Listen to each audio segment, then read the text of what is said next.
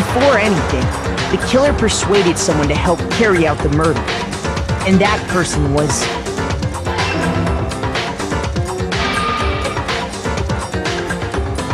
Hifumi.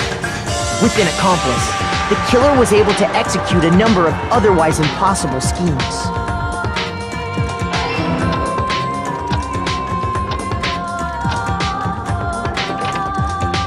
First, they convinced someone to meet them in the rec room last night at 1 in the morning.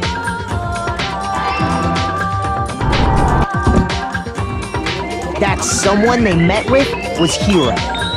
The murderous duo intended to pass Hiro off as the prime suspect.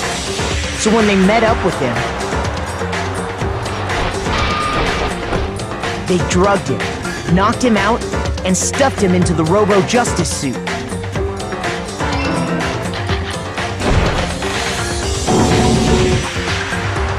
Next, Hifumi positioned himself to make it look like Robo-Justice was attacking him, while the killer used a digital camera to take pictures of the assault.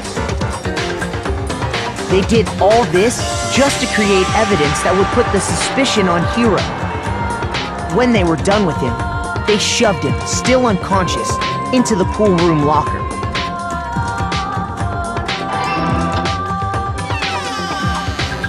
And then finally, at 6 a.m., they moved into the murder phase of their plan.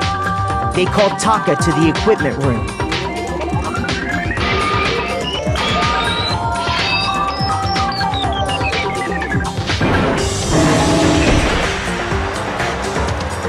And that's where Hifumi killed him, making it the scene of the first murder.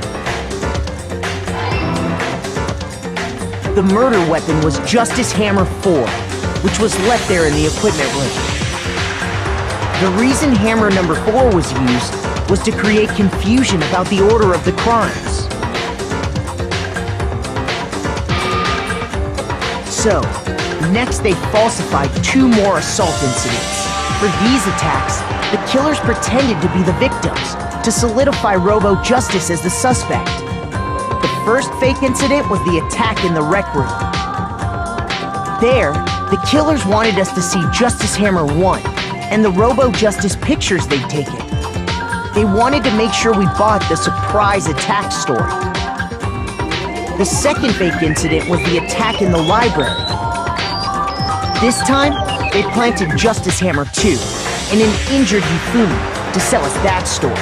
With these 2 incidents, the killers were able to create a certain preconception in our minds that the suspect was increasing the size of the hammers and attacking people in order as they did. We fell right into their trap and started looking for the suspect based on that. But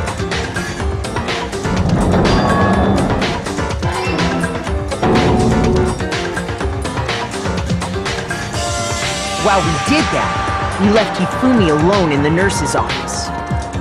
This was exactly what Hifumi was hoping for.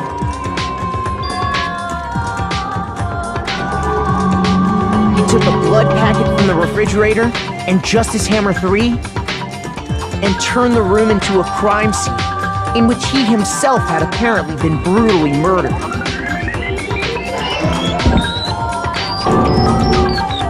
He let out a scream to draw us back, and when we returned, that's what we found. Meanwhile, the other group that had been out searching found Taka's body at the same time. So when we heard the body discovery announcement, we naturally assumed it was for Hifumi. We left the nurse's office, and Hifumi once again took advantage of the situation. He simply got up and made his escape. When we learned his body had disappeared, we all rushed back to the nurse's office. And once again, Hifumi had the chance he was waiting for. This time, he snuck into the equipment room.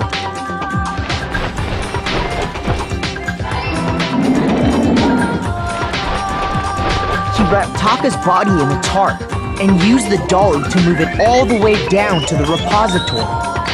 That explains how each of the bodies disappeared.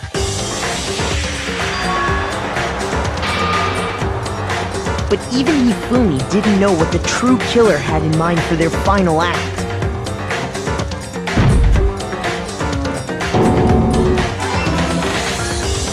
Their plan all along was to kill Hifumi and get rid of the one person who could betray them. And they did it using an ordinary, everyday hammer from the repository. That should cover everything that happened in this case.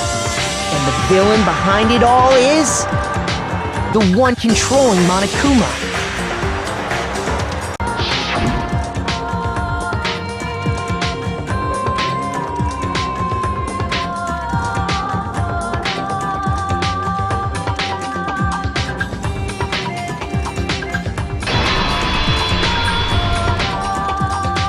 Celeste! Sorry, you lose.